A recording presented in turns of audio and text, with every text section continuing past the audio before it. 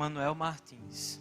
Que Deus o use poderosamente para falar aquilo que nós precisamos ouvir, não aquilo que nós queremos. Amém? Somos instrumentos nas mãos de Deus.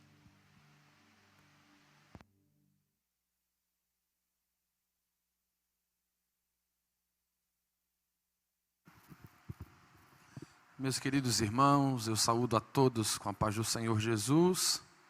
Eu quero saudar a todos os internautas, todos os irmãos que estão ligados através do canal da nossa igreja, AD Campina Grande Oficial.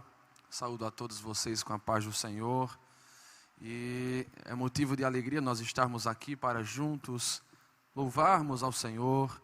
E apesar de estarmos distantes, separados pelo isolamento social, mas a presença de Deus, conforme nos diz Jeremias capítulo 23 e o verso 23, a presença de Deus, ela enche todas as coisas, ela enche os céus e a terra, e essa presença, ela nos conecta uns aos outros. A Bíblia diz em Efésios capítulo 4, que nós temos acesso a Deus através de um só Espírito. Então, apesar de geograficamente estarmos distantes uns dos outros, mas estamos ligados no Espírito, e é isso que nos consola, é isso que nos conforta e nos traz o alento necessário para as nossas vidas. Eu quero louvar a Deus nessa noite, pela vida de cada um dos irmãos que estão aqui conosco, os obreiros da casa do Senhor. Quero louvar a Deus pela vida do nosso querido pastor presidente. Que Deus em Cristo venha continuar abençoando sua vida, seu ministério, e como bem orou a jovem, a adolescente, que o Senhor venha continuar concedendo sabedoria ao seu servo, porque não é fácil, irmãos, não é fácil ser líder e não é fácil ser um presidente de uma denominação tão grande como a nossa, em um momento tão conturbado e confuso como esse, mas louvamos a Deus pela sabedoria que Ele tem dado ao nosso pastor. Eu quero agradecer a nossa irmã Andréia, líder deste departamento, aqui no Templo Central e também em toda Campina Grande. Que Deus venha continuar abençoando sua vida em nome de Jesus. Louvar a Deus pela vida do pastor Keiler, que Deus continue abençoando todos os irmãos que aqui estão, os músicos. Deus abençoe cada um, nosso amigo e irmão Arthur. Deus continue abençoando em nome de Jesus. E louvo a Deus pela vida da minha esposa, que está ali assentada. Que Deus continue abençoando em nome de Jesus. Abra a sua Bíblia.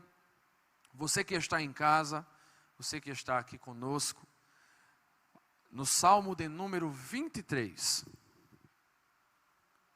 Salmo de número 23, nós vamos ler a partir do verso 1 até o verso de número 6.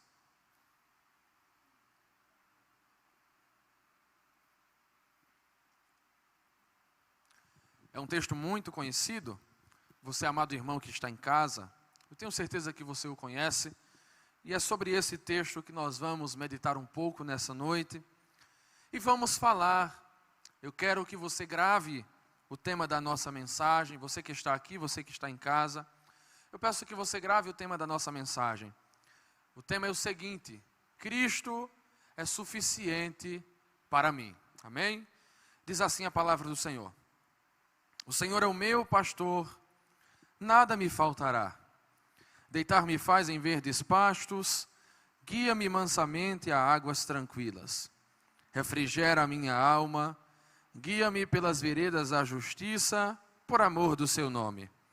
Ainda que eu andasse pelo vale da sombra da morte, não temeria mal algum, porque tu estás comigo. A tua vara e o teu cajado me consolam. Preparas uma mesa perante mim, na presença dos meus inimigos. Unges a minha cabeça com óleo, o meu cálice transborda. Certamente que a bondade e a misericórdia me seguirão todos os dias da minha vida, e habitarei na casa do Senhor por longos dias. Meus queridos, mantenha a sua Bíblia aberta, você que está em casa, você que está aqui, não feche sua Bíblia. Nós vamos falar sobre esse texto, E esse texto é um texto muito conhecido. Eu tenho certeza que todos os irmãos que estão nos assistindo nessa noite, nessa ocasião, já ouviram ou já leram, já receberam alguma literatura com este salmo gravado em seu papel. Eu tenho certeza que você já meditou neste salmo, nestes versículos. E eu tenho certeza também que muitos dos irmãos até meditaram no verso de número 4, em meio a esta situação caótica que o mundo está vivendo. Tenho certeza que você parou para meditar no verso de número 4. Então é este texto que o Senhor, Ele sopra em meu coração para que nós venhamos estar meditando.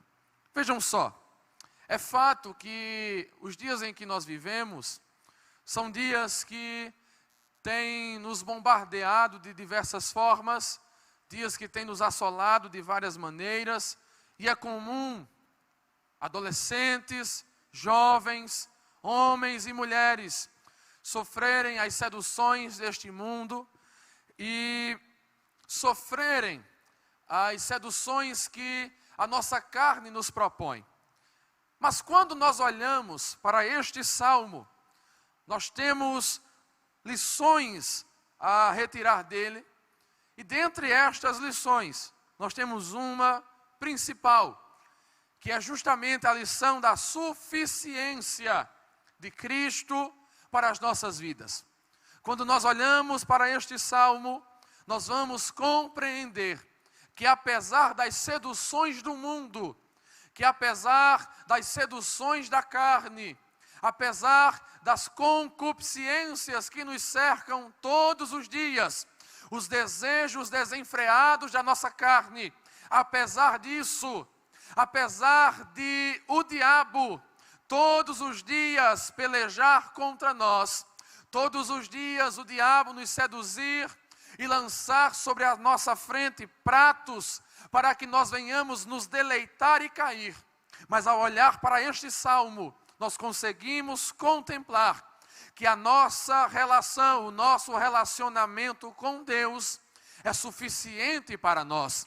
A minha mente agora se reporta ao livro de Lucas ou Mateus. Você escolhe aí o livro, capítulo 4 dos dois livros vai tratar sobre a mesma história, onde o Senhor Jesus é tentado pelo diabo.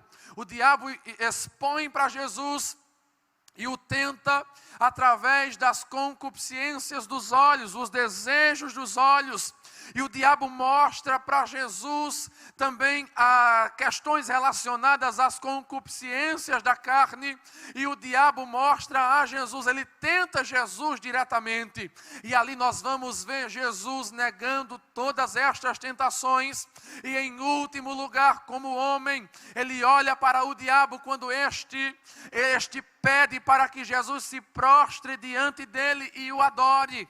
Jesus profere uma palavra tremenda dizendo: sai daqui, Satanás, aparta-te de mim, porque está escrito que somente ao Senhor teu Deus adorarás e só a Ele servirás. Jesus utiliza um texto lá de Deuteronômio, onde este texto nos mostra justamente a suficiência de Yahvé na nossa adoração. Então, quando nós temos esse texto aqui do Salmo de número 23, nós temos o salmista celebrando a Yahvé, celebrando a Jeová, celebrando ao Deus dos Hebreus pela sua suficiência na sua vida. Quando nós olhamos para o verso de número 1 do Salmo de número 23, nós estamos aqui diante de um momento em que Davi provavelmente estava sendo perseguido pelo seu filho Absalão. E Davi escreve este salmo num momento de perseguição. A Bíblia diz no livro de 2 Samuel, capítulo 23, versículo 2. Davi, ele vai afirmar que o Espírito do Senhor falou por sua boca. Então, nós temos quase que 100% de certeza de que todos os salmos que Davi escreveu, Assim ele o fez após a unção do Espírito Santo cair sobre ele. Em 1 Samuel capítulo 16, versículo de número 11 em diante. Ali nós temos Davi sendo totalmente empoderado pelo Espírito de Deus. E a partir deste momento, ele passa a atuar através da unção do Espírito Santo. Então, os estudiosos são quase unânimes em afirmar que os salmos que Davi escreveu, assim ele escreveu após o Espírito repousar sobre ele em 1 Samuel capítulo 16. E Davi escreve esse salmo. Davi escreve esse salmo falando de um ofício e de uma função que ele conhecia muito bem. Este salmo é conhecido como o Salmo do Pastor. É muito comum as pessoas lá fora, lá no mundo, talvez você que está nos assistindo aqui essa noite, é muito comum as pessoas conhecerem o Salmo do Pastor, conhecerem o Salmo 23. Mas é um pouco incomum as pessoas entenderem este salmo e saberem discernir do que realmente o salmista aqui está falando. Mas nós vamos ver algumas lições através desse texto nessa noite. Mantenha a sua Bíblia aberta, por favor. E nós vamos estar olhando para o verso 1. Aqui o salmista está dizendo assim: o Senhor é o meu pastor, nada me faltará. Davi, ele aplica ao Senhor, aplica a Yahvé, aplica a Jeová, a função que ele havia ocupado por muito tempo, enquanto ele servia ao seu pai no campo com as suas ovelhas. É comum nós observarmos nos textos, principalmente do Antigo Testamento, adolescentes, você do GE, que está nos acompanhando pelo YouTube, os adolescentes da minha congregação também que estão nos acompanhando, é comum nós observarmos que os filhos sempre se ocupavam de alguns ofícios específicos. Por exemplo, as meninas normalmente se ocupavam dos ofícios domésticos. Mas quando os pais ou o pai não tinha filhos, as meninas também se ocupavam dos ofícios do campo. Nós vamos ver, por exemplo, em Êxodo capítulo 3, as filhas de Reuel, as filhas de Jetro, sogro de Moisés, estas eram as que pastoreavam as ovelhas do seu pai. Mas aqui no caso de Davi, ele era quem pastoreava as ovelhas de Jessé, porque ele era filho e como filho, e o filho mais moço, ele cuidava dos ofícios, ou melhor, cuidava das ovelhas de seu pai. Então ele olha para o Senhor e ele consegue comparar o cuidado que Yahvé, que Deus, que Jeová tinha com ele consegue comparar com o cuidado que ele mesmo tinha com as ovelhas de seu pai. E quando Davi diz que o Senhor, olhe para a sua Bíblia, por favor, você que está em casa, você que está aqui, olhe para a sua Bíblia e você vai ver que a palavra Senhor, aí no texto sagrado, está escrita com todas as letras em maiúsculo. Isto tem um significado especial, certo? Isso significa que aqui no texto do Antigo Testamento, nós temos escrito o nome pessoal de Deus, o nome com o qual Deus se revelava aos seus filhos. Provavelmente a melhor tradução para o português desse nome é Javé ou Yahvé. Por isso que eu estou dizendo recorrentemente nessa mensagem que Davi se direcionava a Yahvé, porque este é o provável, ou melhor dizendo, é a tradução melhor para o nome de Deus no Antigo Testamento. Então quando Davi diz Yahvé é o meu pastor, ele está dizendo que Yahvé era no mínimo algumas coisas que eu vou citar aqui para você.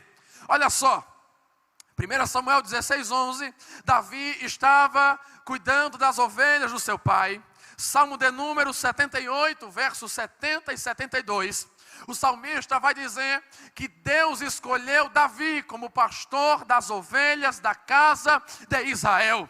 Agora, Davi, ele sai da posição de pastor de ovelhas, ou de pastor dos habitantes, ou de pastor dos seus súditos em Israel, e se coloca agora como ovelha do bom pastor eterno. Veja bem, quando nós nos colocamos, queridos adolescentes, quando nós nos colocamos em uma posição de comunhão íntima com Deus, toda a posição que nós temos na terra, ela é total e completamente aniquilada. Eu tenho um recado para você que está nos assistindo essa noite. Eu não me interesso em nada com qualquer que seja a sua posição social. Você pode ser um militar, você pode ser um juiz, você pode até mesmo ser um traficante de drogas que está nos assistindo. Você pode ser quem for, porque diante de Deus você, assim como eu, somos apenas criaturas suas, ou mesmo suas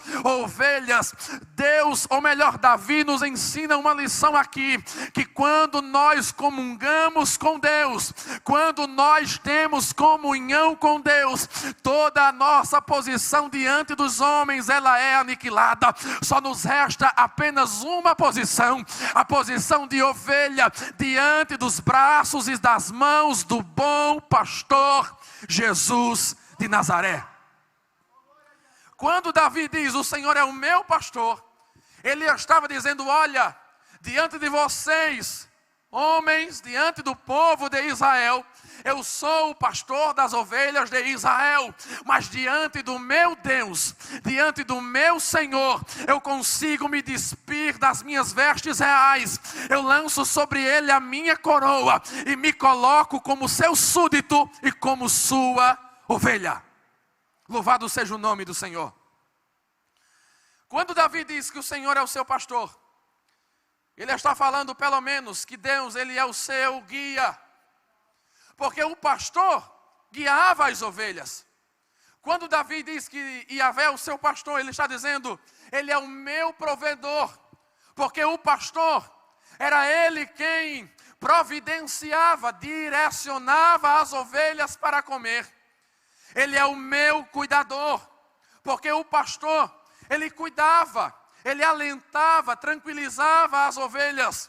Ele é o meu médico. O pastor sempre andava com azeite e vinho no seu alforje para tratar das feridas da ovelha. Ele é o meu tosquiador, porque o pastor sempre tinha o cuidado de aparar a lã da ovelha. Ele é o meu alimentador, porque além de encontrar comida para mim, ele me direciona para esta comida. E ele é o meu defensor, porque ele me guarda de todas as turbulências que porventura venham me atingir. Então, quando Davi olha para Deus, Davi consegue contemplar em Deus a perfeição do cuidado de um pastor. Davi olha para si mesmo na posição de pastor e equipara o cuidado que ele tinha com as suas ovelhas, com o cuidado que Deus tinha para com ele. Por que tanto cuidado, irmão Emanuel? Porque o ofício pastoral naquela época era um ofício de muita confiança. Não era qualquer pessoa que ficava responsável por cuidar de ovelhas. Por quê? Porque o cuidado das ovelhas, a criação das ovelhas era algo muito rentável naqueles dias, porque de tudo se aproveitava a lã da ovelha, se aproveitava a carne, se aproveitava até mesmo os ossos da ovelha, porque a ovelha com os seus ossos quebrados eram colocados nas pontas das lanças, das flechas e na ponta também dos chicotes. Então da ovelha tudo se aproveitava, por isso que era um ofício de muito cuidado. Aí Davi olha para Yahvé, Davi olha para Jeová e diz, o Senhor é o meu pastor. Por quê? Porque o Senhor é o meu pastor.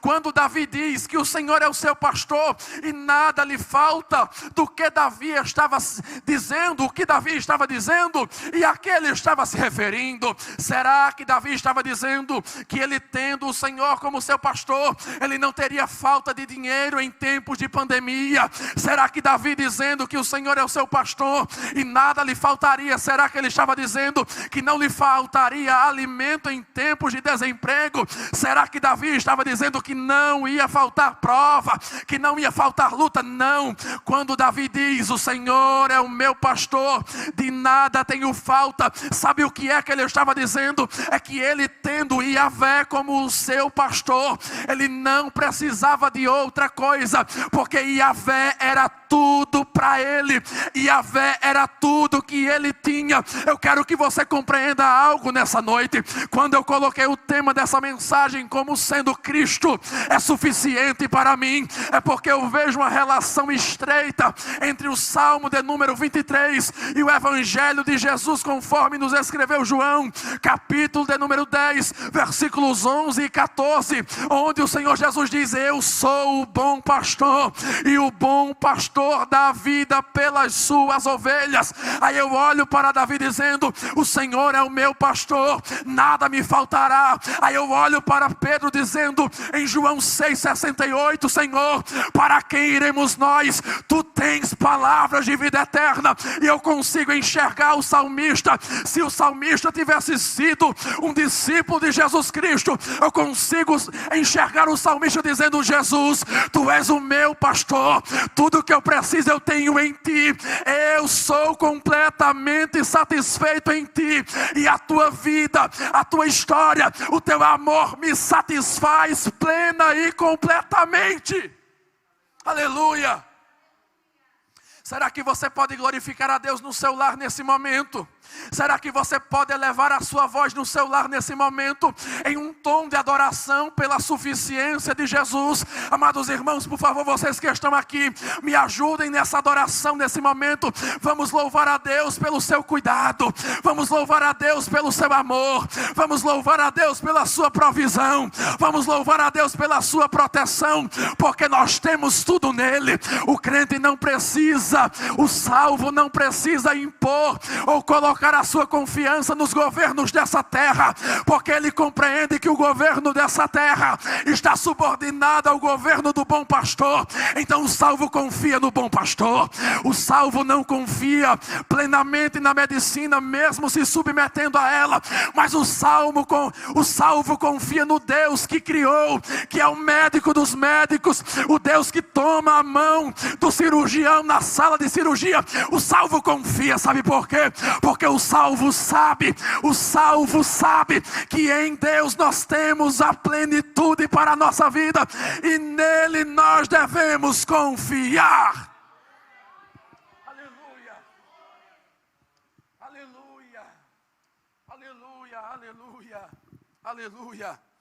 Quando Davi diz: o Senhor é o meu pastor, nada me faltará, Davi estava dizendo: eu não tenho falta de nada, porque nele, preste atenção, a relação aqui não é entre o que o pastor proporciona. A relação aqui no Salmo que Davi expõe não é ou não são as benesses que o pastor proporciona. Os benefícios não, mas a essência do texto é a essência e o ser do pastor. É quando você está com alguém por aquilo que aquela pessoa é, e não por aquilo que aquela pessoa pode te dar. A essência do texto é essa: o Senhor é o meu pastor, e eu tendo o Senhor como meu pastor, eu não sinto falta de outra coisa, porque o Senhor é suficiente para mim. Outras escrituras confirmam isso que eu estou falando aqui. Salmo de número 16, verso 2. O salmista vai dizer: não tenho outro bem além de ti. O Salmo de número 27, verso 10. Quando o meu pai e a minha mãe me abandonarem, o Senhor me recolherá. O salmista vai dizer no Salmo 73, verso 25. O salmista é o Asaf: a quem tenho eu no céu além de ti? Olha só, olhe para esse texto, preste atenção nesse texto, Salmo 73, verso 25. O salmista, ele olha para o céu, ele olha para o céu e diz: olha, a quem tenho eu no céu além de ti? É fato que o salmista aqui não tem a revelação plena do que há no céu, pois isso só vai ser revelado e exposto aos servos de Deus a partir do Novo Testamento. Mas se o salmista tivesse essa revelação plena, ele olharia para o céu, veria anjos lindos, veria a cidade que o Senhor está preparando, ele veria o trono de Deus e diria: Senhor, eu não tenho nada no céu mais valioso do que o teu ser. O teu trono é lindo, as hostes angelicais são admiráveis, os anjos são esplendorosos, mas só há alguém que me interessa aí no céu, e este alguém é você, Deus. O salmista olha para Yahvé e diz: Senhor, no céu eu não tenho ninguém além de ti. Aí o salmista continua dizendo: e na terra, se no céu não há além de Deus quem nós venhamos querer, imagina na terra. Aí o salmista diz: e na terra não há quem eu queira mais do que a ti. Eu almejo por esta intimidade, eu almejo este nível de intimidade, o nível de intimidade de eu olhar para todas as coisas dessa vida, olhar para todos os meus entes queridos e olhar para Deus e dizer: Senhor, eu não me interesso por ninguém mais a não ser por ti. E o salmista tinha essa intimidade, e Davi vai dizer: o Senhor é o meu pastor e ele é suficiente para mim. Ele é suficiente. O nosso pastor nos é suficiente.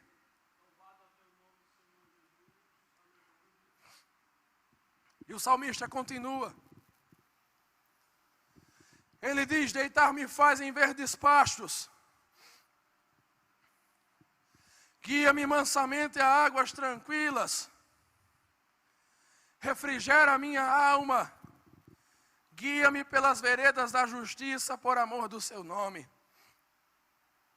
O salmista estava dizendo: olha, eu posso descansar, eu posso deitar em verdes pastos, eu posso confiar no meu pastor, porque ele providencia para mim águas que refrigeram, que renovam a minha alma.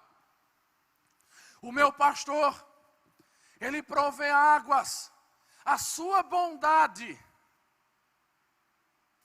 a sua misericórdia me cercam dia após dia. A minha alma, ela se refrigera, ela se renova todos os dias, e ele me guia pelos caminhos da justiça. Eu quero trazer um destaque ao verso de número 4,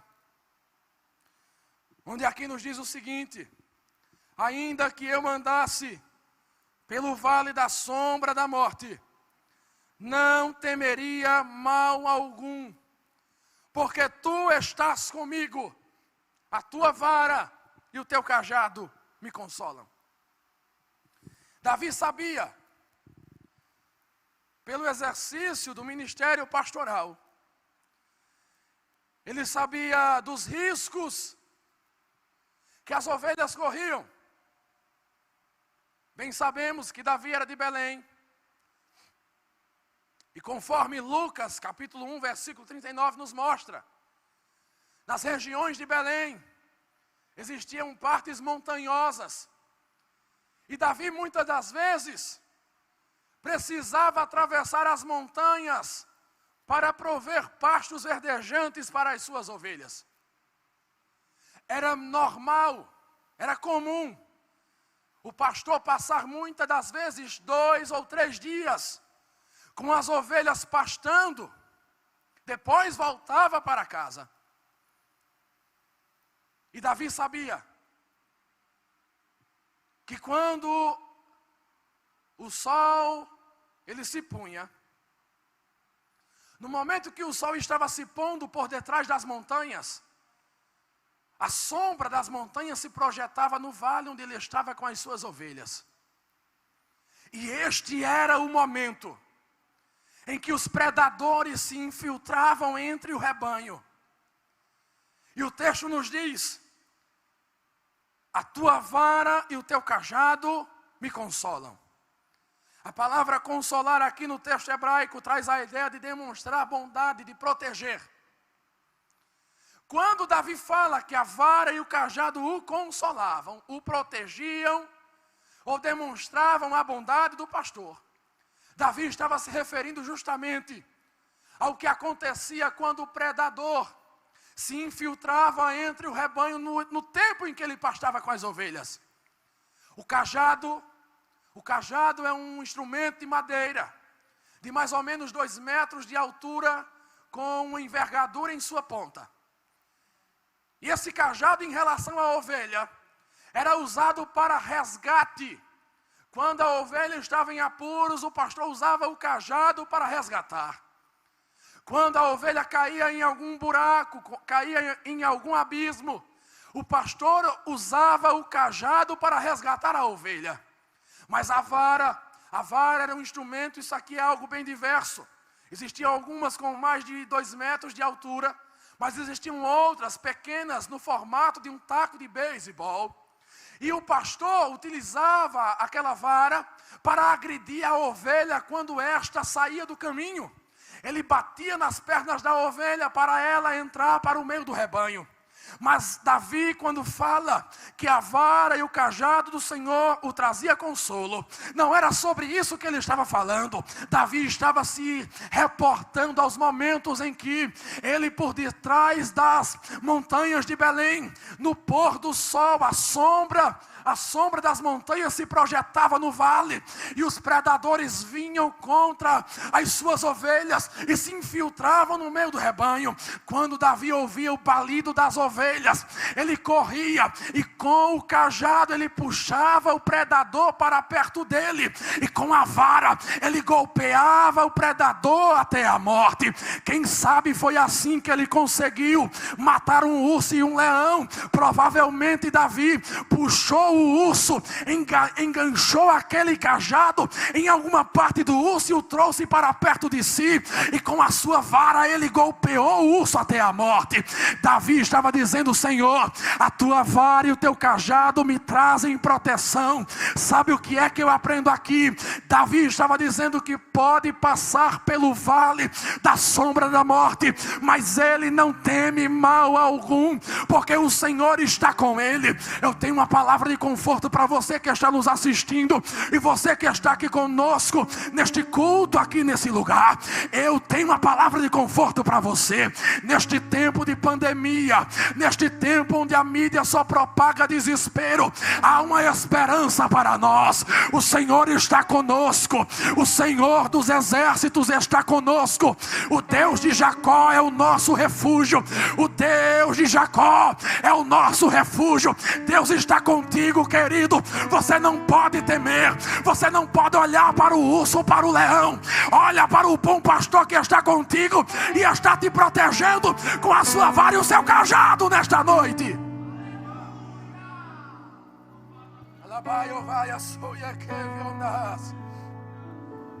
Aleluia.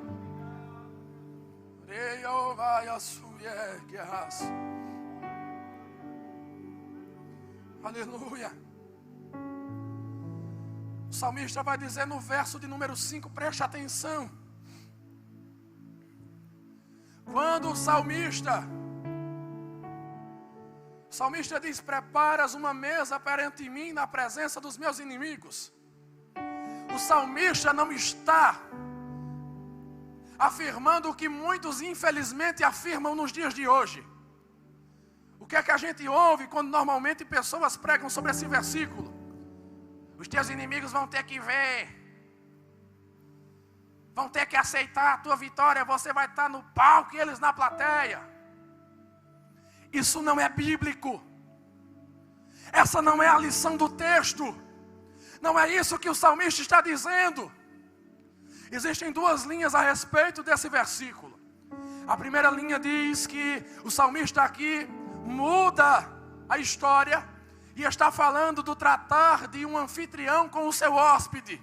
E existe uma outra linha que afirma o seguinte, que Davi continua falando do tratado do pastor com a ovelha.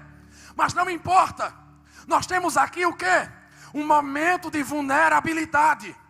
Um momento em que qualquer pessoa está vulnerável, seja uma ovelha, seja um ser humano como nós. É um momento em que estamos nos alimentando. Nós normalmente baixamos a cabeça, nos concentramos no prato, na nossa refeição e nos alimentamos com tranquilidade. Ninguém come em alerta, ninguém come em estado de pânico, e se assim o fizer é porque está devendo no cartório. Mas normalmente nós comemos com tranquilidade, nós comemos olhando para baixo. Assim também as ovelhas, elas comem olhando para o pasto. Sabe o que Davi estava dizendo? Estava dizendo que Deus prepara para nós uma mesa na presença dos nossos inimigos. Sabe o que é que ele estava dizendo? Olha, eu posso me alimentar tranquilo quando o meu pastor está comigo. Eu me alimento tranquilo e o inimigo não me toca. Eu me alimento tranquilo. Ele prepara uma mesa perante mim na presença dos meus inimigos e eles não podem me tocar.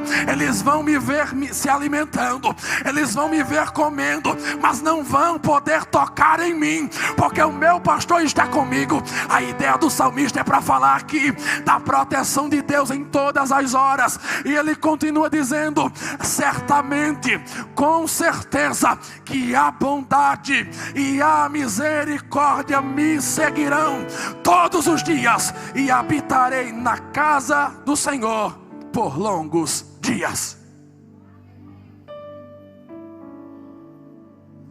É irônico, irmãos. Parece ironia lermos esse verso em um tempo em que os irmãos estão nos assistindo de casa. Mas a lição que o salmista está querendo nos trazer é a seguinte: Deus, por causa da sua bondade e misericórdia, nos sustenta todos os dias na sua presença. Cristo é suficiente para você. Cristo é suficiente para você que está aqui, você que está nos assistindo. Se Ele é suficiente, você não busca satisfação em outra coisa a não ser no Senhor. Se Cristo é suficiente, querido, você que está me assistindo aqui, é para você mesmo que eu estou falando. Para você que vai ter acesso à gravação dessa mensagem e já tem preparado o seu cigarro de maconha, a sua carreira de cocaína, é para você que eu estou falando. Se Cristo é suficiente para você, como você bate no peito e diz: eu tenho Deus no meu coração, você não precisa disso. Você não precisa esperar chegar o final de semana para encher a cara com bebidas alcoólicas e ficar atordoado e atordoando outras pessoas. Você somente eleva o seu pensamento em oração às alturas e consegue se conectar com os céus, porque Cristo é suficiente para nós. Nós não precisamos de outra coisa.